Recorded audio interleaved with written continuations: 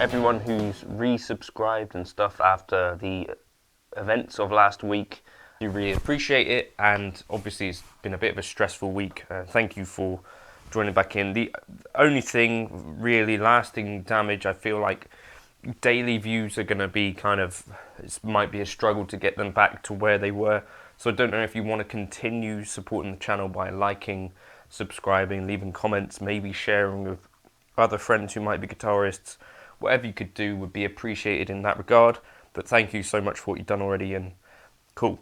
So Matthew from Patreon asked me to break down the lick. I guess I would have played it in the introduction already. Now, the lick is relatively simple. We're in E major, and we're kind of in our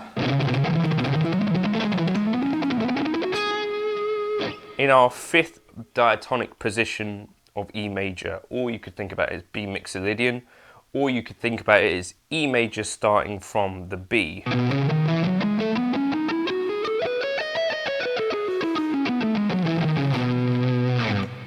So the way that I think about this stuff is E major is a 7-note scale, and we could start that from any of the 7 notes. So some people would call this kind of modes, and some people would not call it modes. Personally, I kind of side with David Beebe on this, and I think he calls these kind of diatonic positions. So you've got 3-note per string patterns.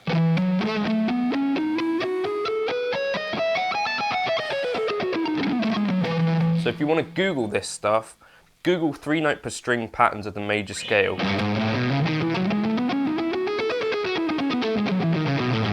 And I would have spent hours as a kid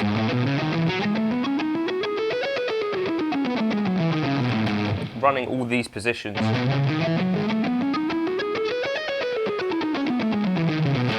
And then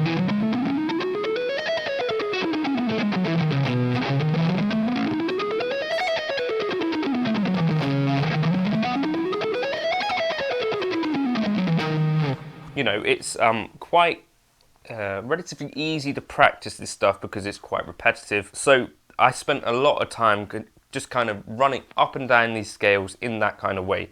And that is where I think you should maybe start if you're interested in doing this kind of faster stuff. So the lick actually, so once you've got the 3-note per string kind of structures in your head, doing this sort of thing becomes a little bit simpler, because what you're doing is running a pattern through the shape, if that makes sense. So we get, the pattern is 3, 3, so double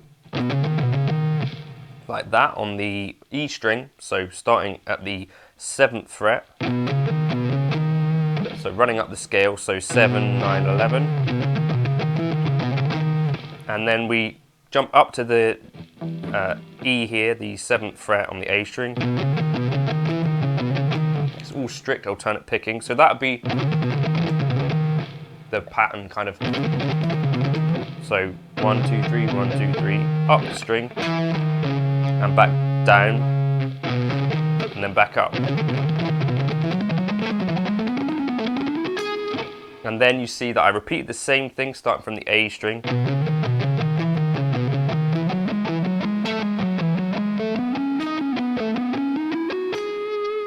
And then at the top here, starting on the D string, it's a slightly different pattern. Instead of doing, I'm only doing the 1.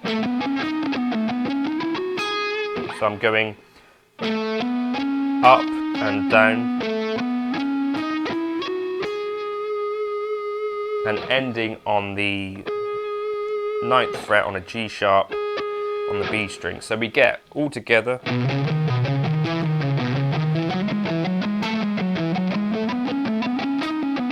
Well, that was not right, but anyway, that's the sort of thing I would have practiced actually.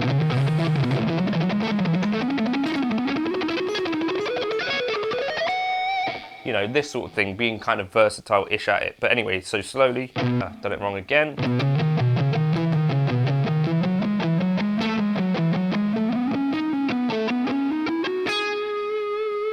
And one more time slowly.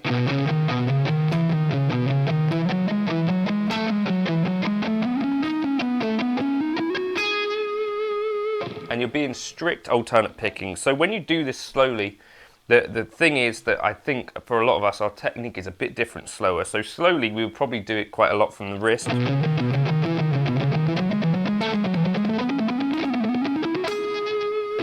But I think once you start to get really fast kind of stuff, for me personally, I start to use the elbow, and this is something obviously that I wouldn't necessarily say you have to do it this way or advise this. I'm just noticing what my technique does for the faster stuff, kind of like John Petrucci or something like that.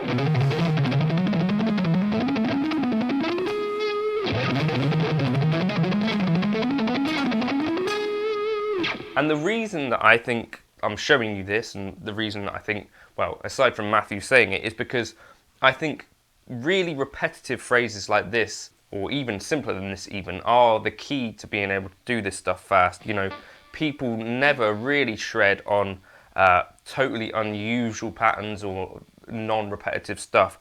All of what I see tends to be any speedy pattern has some element of repetition in it, or some sort of pattern behind it. And so this is kind of where I think the trick to this is that you would practice something quite repetitive. So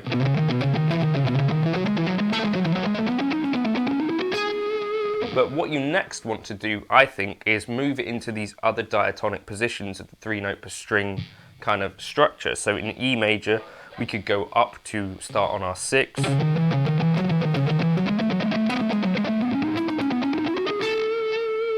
We could start on our 7th degree of the scale here at the 11th fret.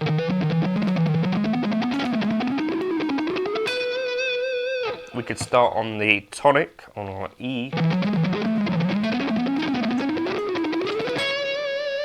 Obviously all of this is sloppy at this speed, but this is the kind of thing that I would have practiced as a kid, or I wish that I would have practiced more even, because this is super useful stuff.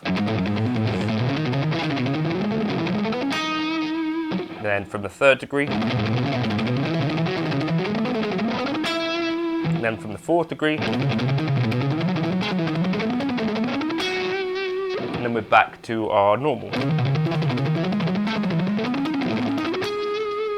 So you see you've got kind of 7 versions of that structure of a lick, because we've got 7 3-note per string things. So I'll tab these out for our Patreon members if you do want these, and you can try these along with the backing track. And the next thing that I think beyond that though, and maybe you even do this before, is you notice we're in E major.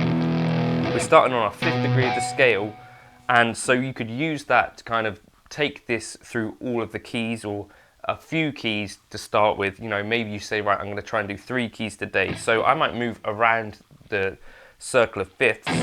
So next beyond E would be B. So if we start on the 5th degree of the B major scale, that's on F sharp.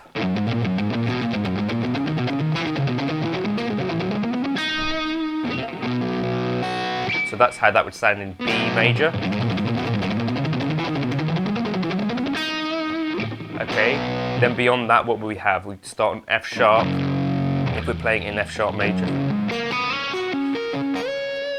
We need to start from a C sharp.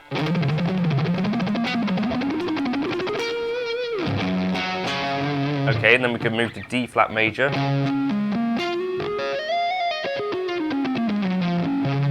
Start from our 5th degree of the scale, A flat.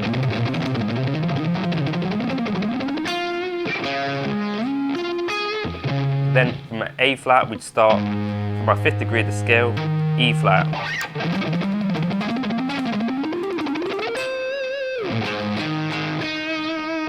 And so on and so forth. And so you're building not only familiarity with this actual kind of structure of the lick in one key, you're kind of going to be doing it across lots of different keys.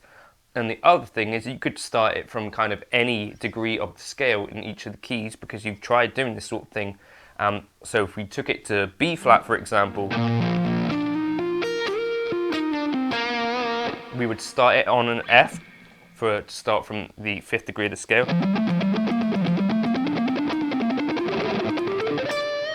Very sloppy.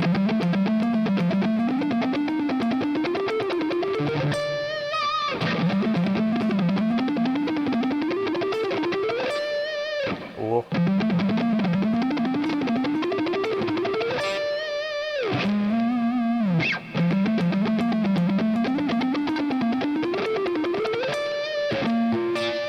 But then what if I wanted to start it from the kind of tonic of B flat major, or the second degree of B flat major, the C minor,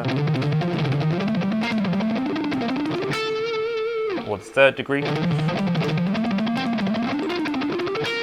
or the fourth degree. And you obviously wouldn't practice it at this speed, but I'm just trying to show you the concept. You're not only learning it in one key, you're not only learning it in one position, you're learning it across the whole neck in every key over time. And if you do this with more licks, I feel like this is going to be the sort of thing that actually starts to illuminate the neck and improve your fretboard knowledge and visualization.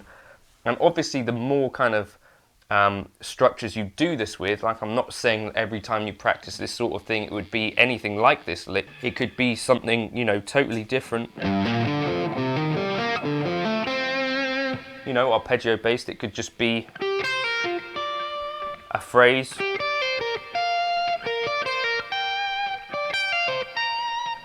You could take it through the pentatonic scale, but this kind of exercise is thinking about how to get more out of one lick, how to start putting these boxes together.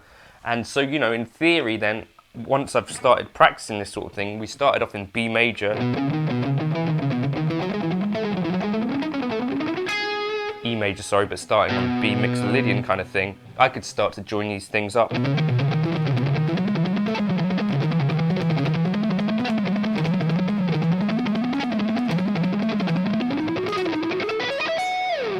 And you know, because I've done this sort of thing and I've been practicing doing this thing like this on the fly here, you are very much practicing the sort of thing that is going to be useful in an improvisation. You know, if I wanted to start this kind of run, I could start it from any note in the scale.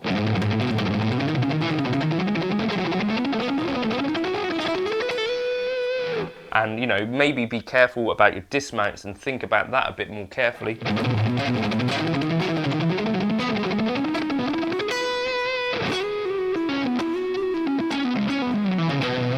And for this kind of lick, I would avoid starting it from the fourth degree of the scale unless you are wanting it to sound like you're starting from the fourth degree of the scale.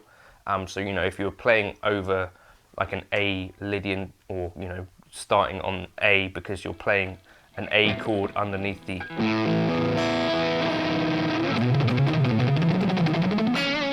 The thing is that whatever you start your run on is going to be one of the more memorable notes, and what it kind of colours the sound. And what you end the lick on will also colour the sound, so be conscious of that. So hopefully that was vaguely useful. I'll write that out in all of the positions of E major, so diatonic, kind of it'd be mixolydian, aeolian, locrian, that sort of thing. But I'm not thinking about it as modes, I'm kind of thinking about it as this kind of phrase.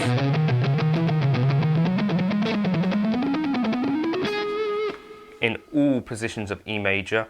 And then I might do a few different keys, but that's kind of the work, is the part that's going to help you with this. Do it with a metronome, obviously, do it slower, but moving this kind of thing through lots of keys will really help you, I promise. I'll catch you in another video soon. Cheers, Matthew, for the request.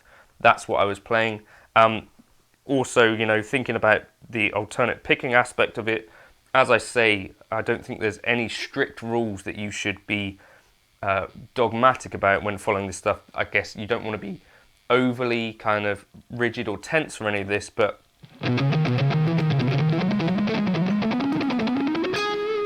look for someone who kind of alternate picks in a similar way to what looks comfortable to you, and whatever you can do to get,